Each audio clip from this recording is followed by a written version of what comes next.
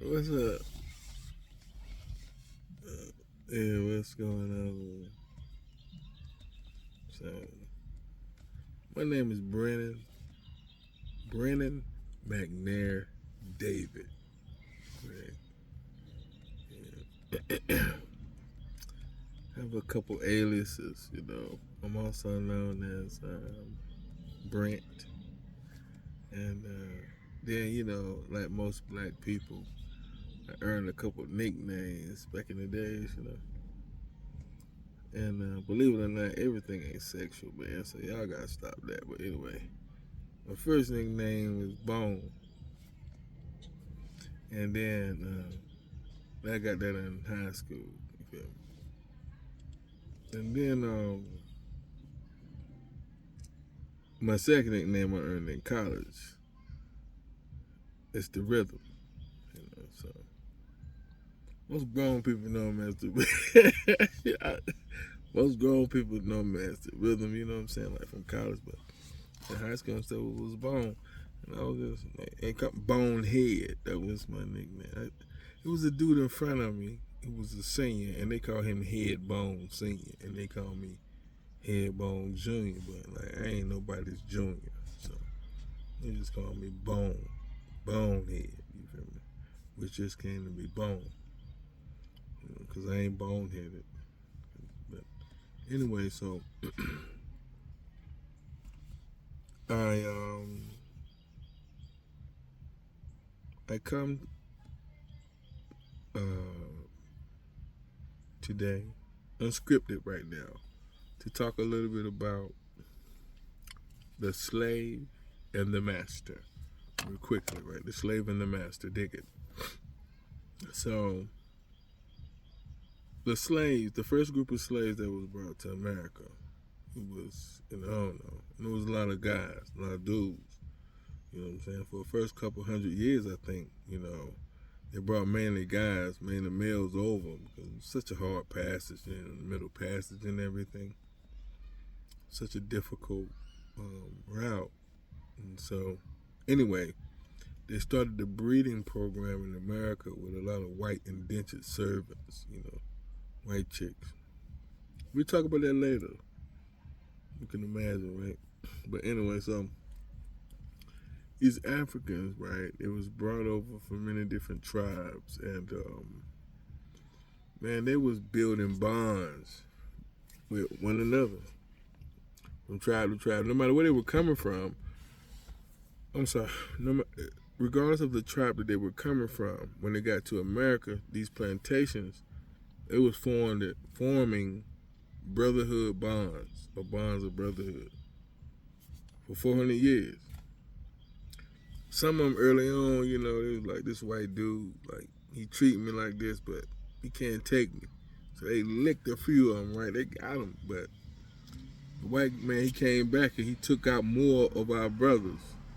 So the intelligence, was like, we don't need to be fighting them. Like, there's no sense in us sacrificing our lives emotionally. We need to be more intelligent, bond ourselves in an obedience to love. You see, the first obedience came to like the working, learning the language that they wanted us Africans to learn. Boom, do this, do that. We got that. Boom. But the second obedience, I'm sorry, in establishing this obedience, the slave master, he kind of was standing in the place of God. Because I know the Lord wants us all to be obedient to Him as the master. But He also demands the master to be good to the slave.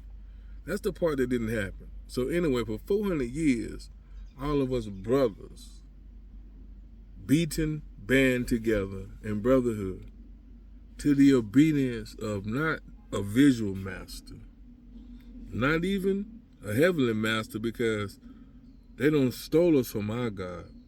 Our main God, where our adrenaline came from, was in brotherly love. That's for sure.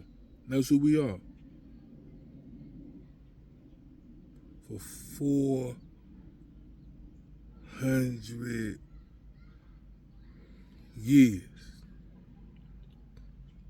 You see, we watched them rape and pillage, beat us. They raped us too now. You know, they had them sodomites too, you see.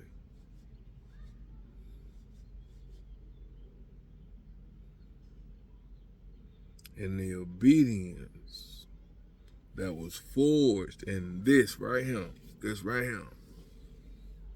is the obedience of love to my brother.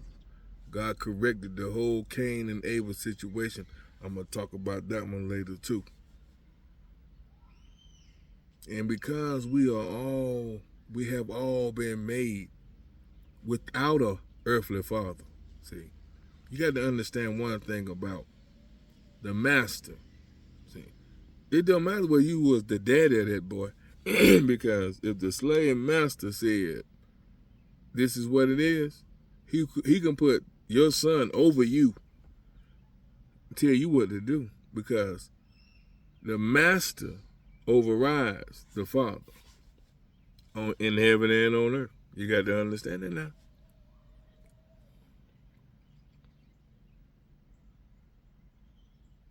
He stood and he watched shamefully as he raped our women, and sons were born to him, looked just like him. And that's how he lost his blush. He saw them boys, man, and he grew to love them boys, but his boys that he had by some of our women, after he started mixing them, when they started bringing our women over here, you understand that? Once he started seeing our women come, you see, he went crazy. And he started doing his thing. And he had some sons born from some women that he raped. And them boys had his own strapping handsomeness, he thought, his own intelligence. See, he took that African gene, he took some credit for it because he had raped and dripped his stuff in there, you see.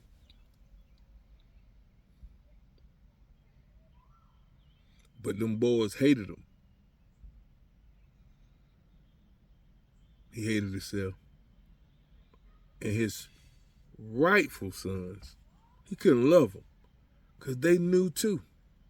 They looked at a man that was brown, not black, that looked just like him and knew his daddy had created that. They lost their blush. Pale face. You see. See, the blush is the most basic thing that we all have. See, we as black men, we still have it, boy. That's what our boys. Oh, that's it right there, baby.